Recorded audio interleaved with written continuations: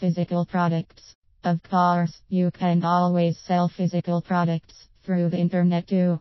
A great way to begin this is by looking around your own home for items that you want to get rid of and sell them using an auction site such as eBay. Practically anything can sell and fetch a pretty good price on eBay. In fact, one person was able to sell nothing. Yet, it's an honest to goodness fact. I don't recommend you do that, personally, as there are plenty of rules you must follow, and doing something like this could get you permanently banned from buying or selling on eBay. So just make sure that you have a product to offer. Also, when selling a physical product on eBay, you'll want to be sure that your descriptions are accurate. If there's a defect with what you are selling, explain it. Put it out there. This won't necessarily hurt your chances of making a sale, but not adding important information like this can. Remember too, that since you are selling a physical product, it will need to be shipped out to the individual who bid highest or bought it now. So you'll need to add those costs into the price eBay allows for this, but don't go overboard. Only charge what is necessary to ship the product. Don't be greedy. It will bite you in the end. And having over excessive shipping charges will sometimes make it harder for you to sell your product. Then you'll be stuck with not only the item you were trying to sell, but also the fees to list it.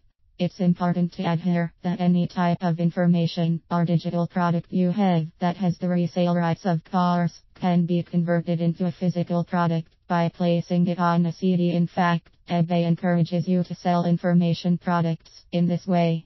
Now, I'm not going to delve into all the specifics of how to do this, as that's not my area of expertise, and really, it goes beyond the scope of this guide. But I will provide you with some outstanding informative products that will. How to sell information products on eBay. eBay Dropship Profits. eBay Extreme Package. Okay, we figured out where to sell our products from and what we should be selling. So now we need to understand who we should be selling these products to. Who to sell to. Knowing who you are selling specific products to is just as important, if not more so, than what you are selling them. How exactly can one find out just who their specific customers are? That's pretty simple. Think about the item you are selling. What is it? Who would be most likely to purchase it? Who would benefit from it? These types of questions can really narrow down your core selling base, and it will help you understand how to advertise your product and get a better response. Understanding your product completely will help you be more successful in the selling process, especially when potential customers have questions that you will need to be able to answer for them. So now that you know who you should be selling to, where do you go about finding this select group of individuals? Not too difficult. First off, high traffic sites, like eBay for instance, are already comprised of hungry buyers. All they need to do is put in a few keywords to search for what they seek. And bingo! There is a nice list provided for them. But be sure that you use as many descriptive words or keywords as you can when choosing a listing title for your product. Say, if you are selling a DVD movie about Dracula, then you might want to select something like this: Classic Dracula Horror DVD. You get the idea here. People searching for not only a DVD movie, but those searching for the keywords horror, classic, and Dracula will also see your listing.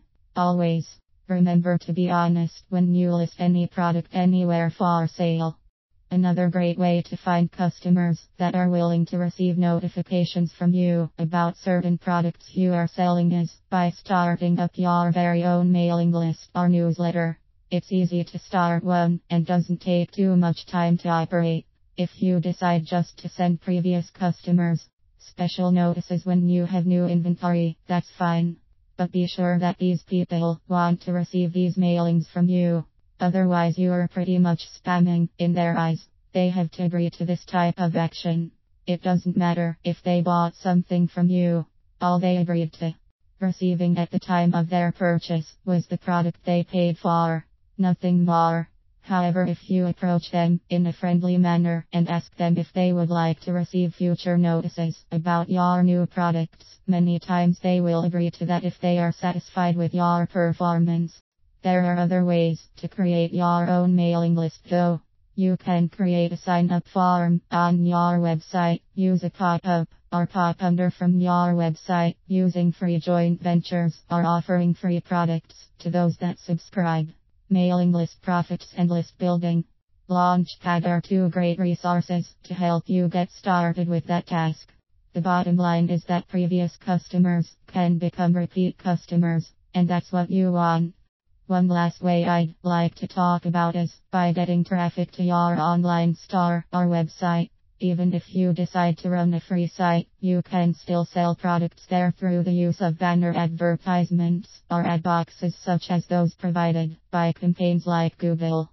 While you may not generate instant profits by using this method, you can begin to make a steady trickle of money over time.